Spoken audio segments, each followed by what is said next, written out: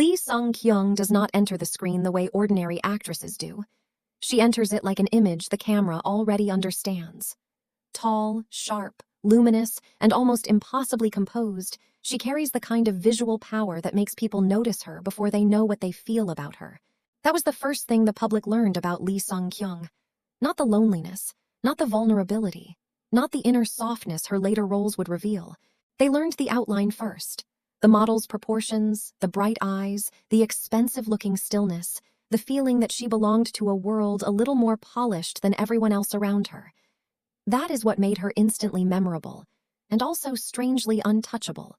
Even when she smiled, there was always something about her image that felt slightly ahead of emotion, as if the public saw the shape of her before it saw the soul inside it. For years, that worked in her favor. Lee Sung Kyung did not have to fight to be visible. Visibility arrived quickly and naturally. The industry knew exactly what to do with a woman who looked that striking, and the audience responded just as fast. She became the kind of actress people remembered in fragments of light, color, height, voice, and presence. She looked too vivid to disappear, too polished to go unnoticed, too perfectly built for the screen to ever be ordinary. But that was also the beginning of the problem. Because when a woman is seen too quickly through beauty, style, and image, the world often decides it already understands her before she has had the chance to show anything deeper. And that is where the real tension in Lee Sung Kyung's story begins. Her burden was never that she lacked attention. It was that attention arrived through the surface first. The public did not ignore her. They consumed her immediately. They loved the visual, the aura, the brightness, the confidence, the uniqueness of her frame. But admiration built that way carries a hidden cruelty. It makes people slower to notice tenderness, slower to notice pain, slower to believe that someone who looks so complete on the outside could be carrying loneliness, awkwardness, or emotional fracture underneath. That is why the most important thing about Lee Sung Kyung is not simply that she was beautiful enough to become unforgettable. It is that her loneliest roles would later force the public to confront how much they had missed while staring at the image. Because the truth of her story was never just that she looked like a finished picture. It was that behind that picture was always a woman waiting to be felt, not just seen. And once that emotional truth finally reached the screen, the image stopped being the whole story. It became the first layer of a much sadder and much more human one. Before Lee Sung Kyung became the kind of woman the screen could not ignore, she was just a girl growing up long before the industry learned how to frame her as a finished image. She was born in 1990 in Goyang, Gyeonggi, and before acting, her path moved through music and then modeling, not because the public already knew her soul, but because the world noticed her form first. That matters, because Lee Sung Kyung did not enter entertainment through emotional familiarity. She entered through presence. She studied at Dongduk Women's University and rose through the fashion world after placing in major modeling contests in the late 2000s, building a career where the body is often read before the person inside it. That is the first quiet cruelty of her story. The camera did not ask who she was before it decided what she looked like. It saw height, angles, color, energy, and the kind of beauty that could dominate a frame immediately. For many women, that kind of entrance is called opportunity. But it is also the beginning of a trap. Because once an industry meets you first as an image, it becomes very hard to convince people there is a more private, softer, lonelier self living underneath it. Lee Sung Kyung's earliest years in entertainment planted that contradiction from the beginning. She was easy to notice, but much harder to truly read. That image-first beginning followed her when she moved into acting. Her acting debut came through It's Okay, That's Love, 2014, and even then, what made her stand out was not only that she was beautiful, but that the beauty came with a strange intensity. Bright, modern, slightly unusual, almost too vivid to disappear into the background. Then came supporting and breakout adjacent roles in Queen's Flower, 2015, Cheese in the Trap, 2016, and The Doctors, 2016, each one pushing her further into public memory. But the emotional truth of this phase is that Lee Sung Kyung was still being introduced to the audience through impact before intimacy. People saw the model aura first. They saw the confidence, the sharpness, the unpredictability of her face. What they had not fully learned yet was how much tenderness she could carry once a role finally gave her permission to be felt, instead of only admired. That is the seed planted in part 2. Long before the public loved her most human performances, they had already been trained to look at her as a striking image. And once that happens, an actress does not just have to perform well. She has to fight her way through the surface people fell in love with too quickly. Lee Sung Kyung's rise became real the moment the industry found roles that could use her image without being completely consumed by it. Before that, she was already memorable, too visually distinct to disappear, too sharp and alive to blend into the background. But memorability is not the same thing as emotional ownership. For a while, the public still looked at her with a kind of fascinated distance, as if they were watching a woman whose presence they could not ignore, but had not yet fully accepted as an emotional center. That began to shift in 2016, when roles like Baek In-ha in Cheese in the Trap and Jin Seo-woo in The Doctors pushed her deeper into public consciousness. These characters mattered because they sharpened the qualities audiences had already noticed in her: the intensity, the unpredictability, the ability to make beauty feel dangerous rather than passive. Lee Sung Kyung no longer looked like a model trying acting. She looked like someone the camera could trust with emotional force. Even when her characters were abrasive, wounded, jealous, or difficult, she made them impossible to dismiss. That was the first stage of her breakthrough. The public stopped simply noticing her face and started remembering the pressure she could create inside a scene. For the first time, her image was no longer just something people admired from the outside. It was becoming something that could disturb them, excite them, and hold their attention in a more serious way. That shift is crucial because it marks the point where Lee Sung Kyung stopped being just visually unforgettable and started becoming dramatically unavoidable. Then came Weightlifting Fairy Kim Bok-joo, 2016-2017, the role that changed everything. As Kim Bok-joo, Lee Sung Kyung did something much more difficult than simply being charming on screen. She dismantled the very image people had been using to read her.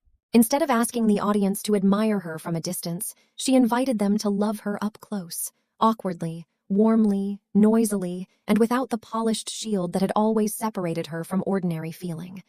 That was the true breakthrough.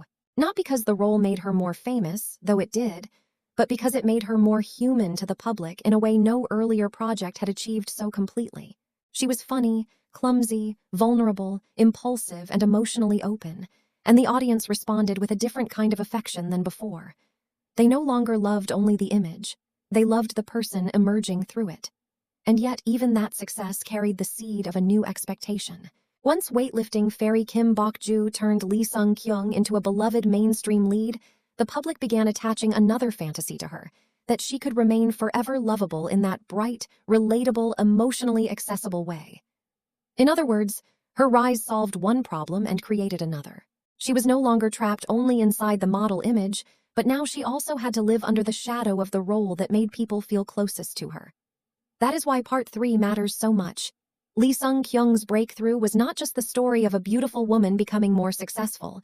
It was the story of a woman finally breaking through the image-first reading of herself, only to discover that public love always comes with a new shape of expectation.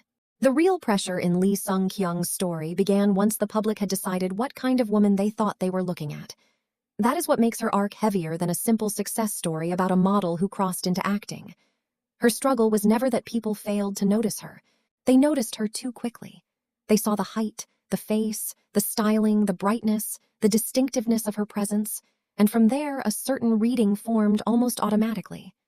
She was image first. She was visual first. She was the kind of actress people assumed would always be easier to admire than to feel. And once that kind of reading attaches itself to a woman, it becomes a quiet kind of prison. Because every role she takes after that has to fight through the public's assumptions before it can reach them emotionally. Lee Sung Kyung did not just have to act well. She had to convince people again and again that someone who looked so complete on the outside could still carry fracture, loneliness, uncertainty, and ache in a way that felt real. That is a difficult burden, because beauty can create fascination, but it can also create distance. The audience starts admiring the frame so much that it forgets to look for what is trembling inside it. And in Lee Sung Kyung's case, that tension became sharper precisely because she had already proven she could be bright, lovable, and broadly appealing in Weightlifting Fairy Kim Bok-joo.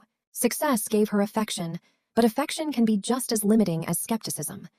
Once the public loves one version of you deeply enough, it begins waiting for you to stay close to it forever. That means Lee Sung Kyung was carrying two kinds of expectation at once. The old one that saw her as a striking image before anything else, and the newer one that wanted her to remain forever warm, open, and easy to adore in a very specific way.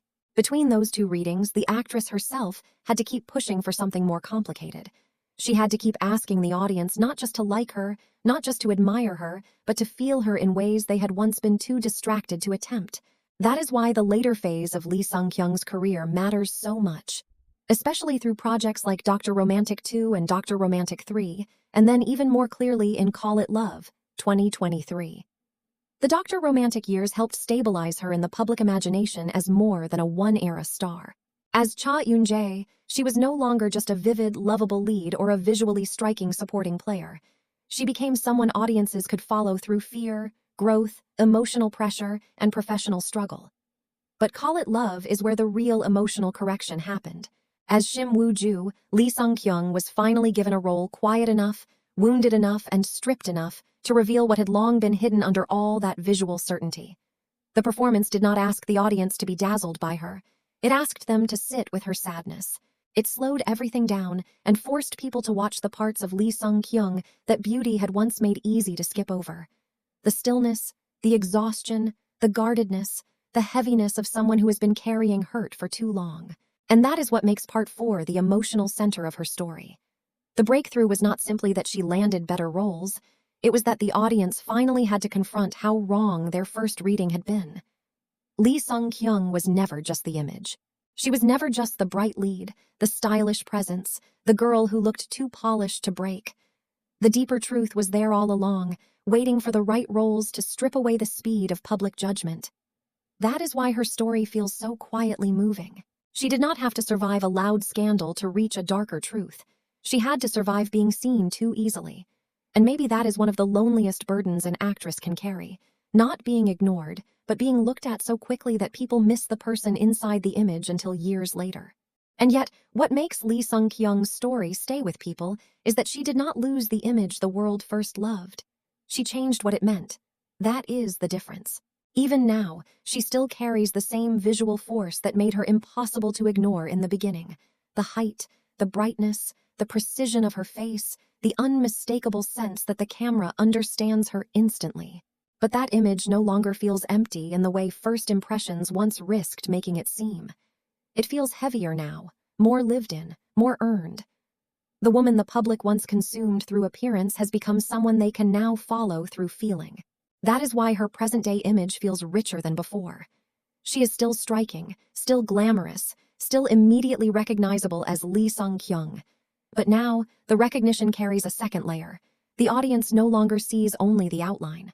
It also remembers the loneliness of Shim Woo-joo in Call It Love, the pressure and growth of Cha Eun-jae in Dr. Romantic 2 and Dr. Romantic 3, and the way those roles forced a slower, more intimate reading of her presence.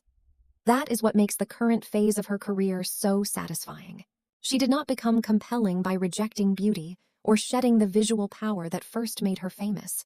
She became more compelling by proving that beauty had never been the whole story in the first place. The image remains, but it no longer stands alone. It now carries ache, stillness, and emotional history inside it.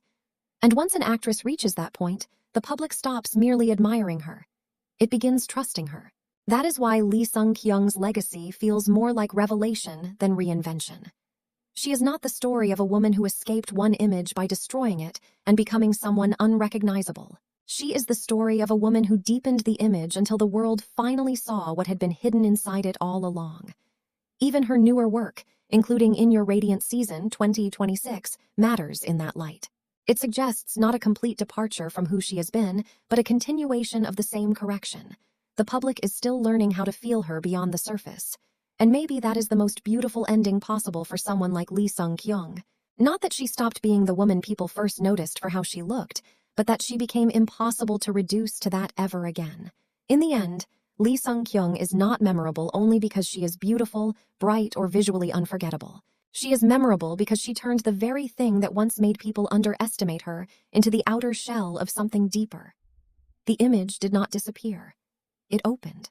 And through that opening, the audience finally found the actress, the loneliness, the warmth, and the emotional intelligence that had been there from the beginning, waiting for people to slow down enough to see it. That is why her story lingers. Because the woman the public first saw as a finished picture eventually became something far more powerful, not just someone to look at, but someone to feel,